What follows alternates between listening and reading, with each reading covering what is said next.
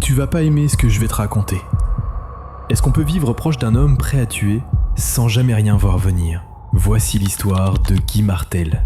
Un nom oublié pour un massacre dont la France ne s'est jamais vraiment remise. 19 juin 1985, Dol de Bretagne, Ille-et-Vilaine. Guy Martel quitte son domicile. Sous le bras, une carabine 22 long rifle, équipée d'une lunette.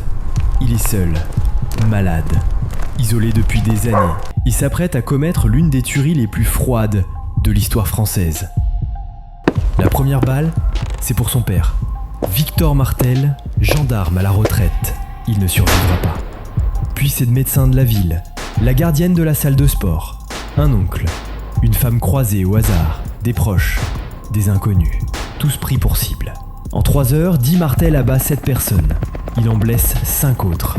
Calme, méthodique, presque silencieux. Cible localisée, armée, immobile à l'entrée du village. Attente des instructions. Il est arrêté à Saint-André-des-Eaux, repéré depuis un hélico. Quand les gendarmes le saisissent, il ne résiste pas. Il murmure simplement « J'ai pensé au suicide, puis j'ai décidé de les tuer ». Martel n'était pas un inconnu pour la psychiatrie. Diagnostiqué dès 1972, 3 internements, invalidité 80%, isolement extrême, douleur chronique, paranoïa rampante. Et pourtant, il détenait une arme, légalement. Son entourage savait qu'il allait mal, mais pas à ce point. L'affaire Martel, c'est celle d'un homme invisible, qu'on n'a pas su arrêter. Alors, qui porte la responsabilité quand un malade tue sans prévenir ? L'État ?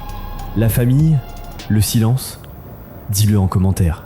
Et abonne-toi pour découvrir d'autres histoires que tu ne vas pas aimer.